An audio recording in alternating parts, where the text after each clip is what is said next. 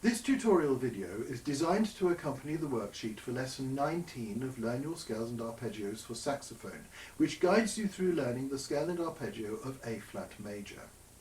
The worksheet for this lesson contains technical explanations, illustrations of fingerings and exercises. It is important that you follow all the instructions on the worksheet, as this video will not cover all that is required by itself. A-flat major has 4 flats in its key signature. The 4th flat is D-flat, which seems to cause a lot of problems for students of the saxophone. Many instinctively reach for E-flat when they see it in a piece of music.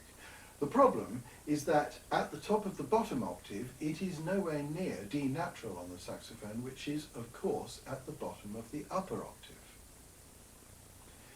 The note below A-flat is G.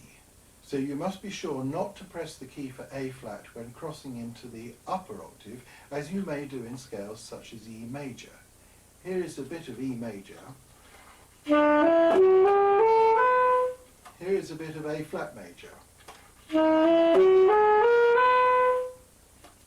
Exercise 38 helps with this scale.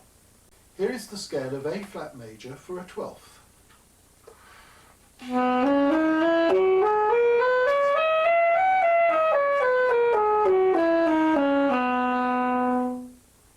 You can use the articulated G-sharp or A-flat mechanism in the arpeggio of A-flat major, and this can simplify the fingering of this arpeggio considerably. Try to apply this in exercise 39. Here is the arpeggio of A-flat major for a 12th.